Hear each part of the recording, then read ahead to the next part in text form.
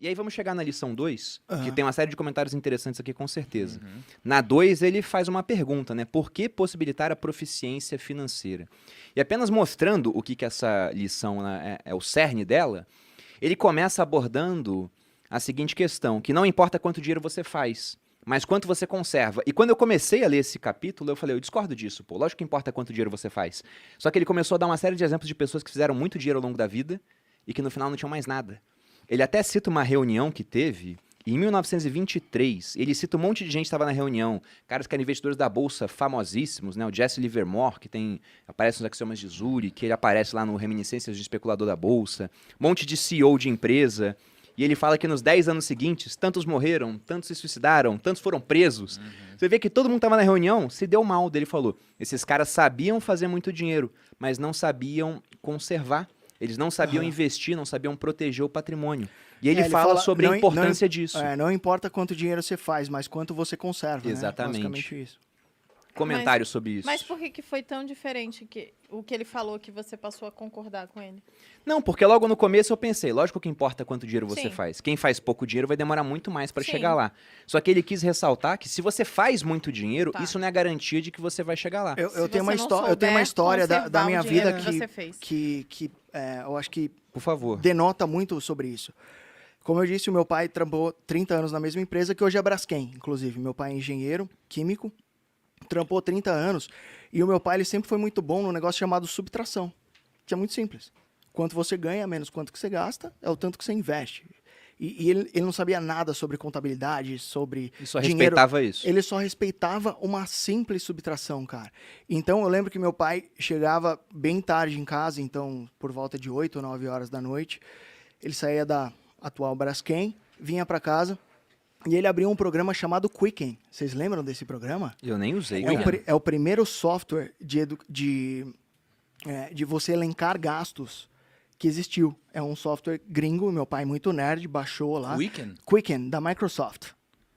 Quicken, mesmo, cara? Isso em 1999, assim. Meu pai, ele sempre foi muito avesso ao risco, ele sabia que ele ganharia um teto ali. Eu posso só colocar uma frase do Kiyosaki aqui na lição 6? O podcast eu acho que é meio que seu. Não, pra poder elencar isso que o seu Sim, pai sim. fazia. Você falou que É seu meu pai também. era um cara Obrigada. que ele ganhava X, gastava menos que X, investia a diferença e de uma maneira simples. Não era sofisticado pra caramba o que Não. ele fazia. O Kiyosaki, ele fala aqui, tudo que você precisa para alcançar o sucesso financeiro é matemática simples e bom senso. É isso. Pra ele era muito simples, ele sabia que ele tinha um lugar que ele poderia exercer na empresa dele lá, chegar, sei lá, gerente, por exemplo, e ele fez uma conta de menos, cara. Só que eu lembro que ele juntava todos aqueles papeizinhos de cartão de crédito, não sei se vocês lembram. Antigamente, quando você passava a maquininha, vinha aquilo lá. Ainda bem você pedir. Ainda vem se você pedir, mas antes era o único comprovante que você tinha. E ele juntava todos dele e da minha mãe, e ele parava todo dia, a primeira coisa que ele chegava, falava boa noite e tal, e chegava lá e fazia uma conta de menos, porque ele dividia mais ou menos o tanto que ele ganhava, dividia por 30, e ele não podia gastar em um dia mais do que ele ganhava. E ele seguiu isso durante 30 anos. Aí hoje eu vejo e falo, putz, meu pai nunca ganhou muito. Mas foi mais exemplo que teu pai fez. Mas ele tem um Meu pai fazia coisa parecida também. Meu pai tem um apartamento em Riviera de São Lourenço, velho. Um negócio que, tipo, não sei como é que ele fez aquela porra. É que meu pai Na verdade, eu sei. ganhava tanto. Ele usou a subtração durante 30 anos e conseguiu acumular patrimônio. E hoje o que ele tem de renda passiva em renda fixa, inclusive, pai, precisamos rever isso, ele consegue se virar muito bem, cara. Tanto que quando eu me fudi no Wesley Day, que eu era trader, foi o primeiro cara que eu liguei. Falei, pai, preciso de 30 pau. Ele falou, tá bom, por quê? Falei, por causa disso. Lascou a bike, caiu a corrente aqui da bike e fudeu. E ele me fez uma TED ali de 30 pau na hora e continua vivendo totalmente simples. O meu pai é o Barsi versão Santo André, assim. Até hoje, cara. Ele anda de metrô até hoje. Ele só tem uma porra de uma BMW que eu dei pra ele. Depois eu me arrependi, porque eu queria... Quando a bolsa cai, eu falo, pai, vamos vender aquela BMW, pai, vamos botar na bolsa. Mas é incrível isso, porque o cara que faz o simples e que entende a lógica do dinheiro, que respeita o poder da composição, o poder do tempo, não precisa ser gênio, não precisa ser... Eu vou fazer uma pergunta sobre o seu pai. O meu pai fez a mesma coisa, só que meu pai não usava nenhum software. Ele usava o livro preto. O meu Sério, pai... a gente anotava. Tipo o livro anotava caixa, assim, real. Meu Então, pai falava Aí que eu vou chegar numa pergunta pra vocês, pro Thiago também, que é a seguinte. nesse capítulo, o Kiyosaki ele bate muito na seguinte questão. Tem até uma frase aqui. Se o seu padrão for gastar tudo que ganha, o mais provável é que um aumento de renda resulte apenas em mais despesas. Sim. Então você pega pessoas que não Muito têm bom. essa disciplina e esse arquivo mental de, olha, tem que gastar menos do que ganha, poupar para investir a diferença. Se dá muito dinheiro na mão delas, você pode dar quanto dinheiro quiser, elas não vão conservar esse dinheiro, não vão ter patrimônio, só vão gastar tudo. É o que acontece com boa parte das pessoas que ganham loterias. Sim. Você pega 5 anos depois, o cara geralmente ele gasta quase tudo até que só sobre na mão dele o dinheiro que ele tá pronto para lidar. Que às vezes é quase nada ou até negativo pro cara que acha que é normal ter dívida. Agora, se eu pegasse um caminhão de dinheiro e desse na mão do teu pai, ele ia Nossa fazer a mesma Senhora. coisa que ele fez, ele ia conseguir manter aquele patrimônio. E a mesma coisa com o Com seu. meu pai. E aí tem uma hora muito interessante que ele fala o seguinte, a importância dessa lição da proficiência financeira é que ele fala, você quer construir um prédio, por exemplo, um Empire State. Para você construir um prédio, um arranha-céu, igual ao Empire State Building, você tem que primeiro cavar muito nas bases, né? Tem que fazer uma fundação sólida. Sim. Aí você pode ter um prédio grande. O que boa parte das pessoas tenta fazer na vida é o seguinte. Fundação de 15 centímetros, não é? Exatamente. Elas aprendem que, por exemplo, tem que empreender. Aí o cara não tem educação financeira nenhuma. A fundação dele é 15 centímetros de concreto acima do chão. Aí ele constrói uma casa, tudo bem. Uma casinha sustenta. Você tenta começar a construir um prédio, não vai virar o Empire State Building, vai tombar, vai virar uma torre de Pisa, na melhor hipótese, né? Porque ela pode simplesmente desabar. Então ele fala, educação financeira tem que estar na base. Porque com essa base, aí sim você consegue construir grandes prédios. Excelente, cara. E eu acho que isso tem tudo a ver com a educação.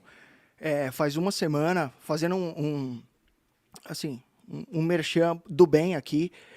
Faz umas 2 semanas que eu fui visitar o Instituto Ayrton Senna, que é um instituto que ajuda as crianças a se tornarem mais letradas, digamos assim, aprender matemática, português. Então, é bem focado em ensino de base.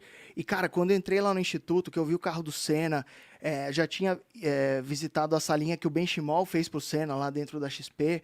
E o Senna sempre teve um negócio muito foda, assim, muito arraigado em mim. E faz 2 semanas que eu falei que, para todo sempre, a receita do meu canal, Pitch Money, vai ser doada pro Instituto Que Ayrton Senna, massa! porque, cara, eu até ajudava algumas causas animais e tudo mais, mas eu percebi que todos os problemas que a gente tem derivam de um problema da educação de base. Sim. A gente não tem. Eu tive a sorte de ter, porque meu pai abriu mão de muita coisa para que eu estudasse nas melhores escolas do Brasil. Mas não é o normal. Tanto que eu achava que eu era o cara mais pobre da escola. E depois eu percebi que os pais dos caras que entregavam as crianças com Audi, o Audi era financiado. E o meu pai, que tinha um Voyage que entrava água no... Como é que chama? No farol, quando chovia. O meu pai era o mais rico dali, mas não sabia. Mas é por isso que eu... e aí as crianças me chamavam de pobre pra caralho na escola e se afastavam de mim. Mas é por isso que eu acredito que meu pai foi impecável comigo, mas a única coisa que eu mudaria... É meio foda falar de pai, né? Você vira meio emo. Mas a única coisa que eu mudaria com o meu filho é explicar a situação financeira do tipo, ó, papai ganha tanto, a gente gasta tanto. Porque eu vivi com essa mentalidade de tipo, mano, sou pobre, sou a margem da sociedade. Na minha época já não deixavam a gente derreter chumbo de pasta de dente. Não existia essa percepção. E o que me mudou muito foi o fato do meu pai ter pago uma educação de muita qualidade para mim. Então, quando eu fui para o ensino médio, estudar no Bandeirantes, eu percebi que tinha amigo meu que ia de motorista, de Mercedes, caralho. Eu falei, mano, o que teu pai faz? Ah, meu pai tem uma empresa de não sei o que lá. Ah, meu pai tem uma siderúrgica. Meu pai tem não sei o que lá. Então, eu acredito que trocar ideia com o moleque ali, ou a menina mais nova, sobre qual é a sua situação financeira, é o que vai fazer a tua família ir para outro patamar. Porque o filho do pai rico, ele conseguiu se manter rico, né? Manteve até multiplicou, pelo que fala aqui no livro. E os meus sócios, eles da Inside, eles têm pai empreendedor. E o pai dele sempre falou, ó, pai ganha tanto, tem a empresa tal, não sei o que lá, me ajuda a ganhar mais dinheiro. E eles adquiriram esse tino, essa veia para os negócios. E, mano, hoje eles têm um patrimônio, sei lá, 10 vezes maior que eu. E a gente sempre caminhou junto. Só que o patrimônio deles é muito maior porque o mindset é diferente. E olha que você ainda usou muito bem a internet, né? Que é uma baita de uma ferramenta para acumular patrimônio. Sim. Mas eu vou falar aqui uma coisa. Você tá falando, isso eu mudaria porque faria diferença. Mas no caso, ele não tinha essa expertise para te passar. Assim como meu pai não tinha, né? Então, por isso que porque eu, na verdade, eu também... Foi a mesma história. Meu pai também ralou para colocar numa escola boa, né? Que eu era mais pobre da escola, né? Eu não usava roupa de marca, todo mundo tava de roupa de marca. Mas meu pai também meu pai conversava comigo, mas eu era mesmo a mais pobre. Você entendeu? Essa era a realidade. Não tem problema nenhum. Então não fez diferença, eu acho. Eu acho que no final o que interessa é o exemplo e, de fato, ter contato com uma realidade de pessoas que têm mais dinheiro e que têm os pais, por exemplo, empreendedores, que têm os pais ricos ali, fez diferença para mim, porque eu já consegui enxergar uma coisa a mais para depois, obviamente, quando tipo, que existe um universo à parte, né? De pessoas que criam dinheiro, né? Exatamente. Eu não tinha essa percepção. E a gente precisa parar também de romantizar os pais, porque sempre que eu falo do meu pai é muito foda. Ele me ensinou tudo sobre valores, tudo que eu sou veio dele, mas, de fato, ele tem alguns defeitos. E eu vou ter alguns defeitos quando eu for criar meu filho. E sempre que eu falo isso do meu pai, que eu dei uma BMW pra ele, os cacete, as pessoas falam, mas você reclama do seu pai. Não, meu pai foi impecável. Menos nessa parte que ele é extremamente avesso ao risco. Você não tem que nem ser avesso ao risco, nem idolatrar o risco. Se você ficar ali no meio termo, né? No meio termo e conseguir fazer o seu dinheiro trabalhar, você vai ganhar muita grana. Eu idolatro o risco, cara. Eita. Caralho, ele tá imbatível. Vai, vamos sair na mão, vai. Toma um uísque aí. Não, eu idolatro. Porque as pessoas têm uma visão de que elas acham que a gente tem que fugir do risco, né?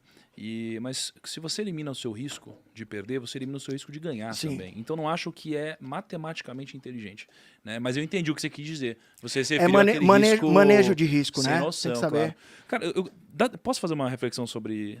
Porque a gente estava falando sobre... o que importa não é o quanto você ganha, né? O que importa é a conservação do que entra, né? Mais ou menos isso.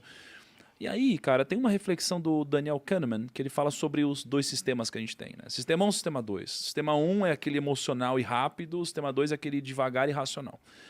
Então, Pete, se liga, quanto é 2 vezes 2? Cara, até onde eu me lembro é 4. Quanto que é 14 vezes 17? Aí já deu uma lascada, calma aí, né? eu posso Relaxa, fazer. Não precisa. Qual que é Eu tenho uma HP aqui, calma aí. Não, mas qual que é o argumento aqui?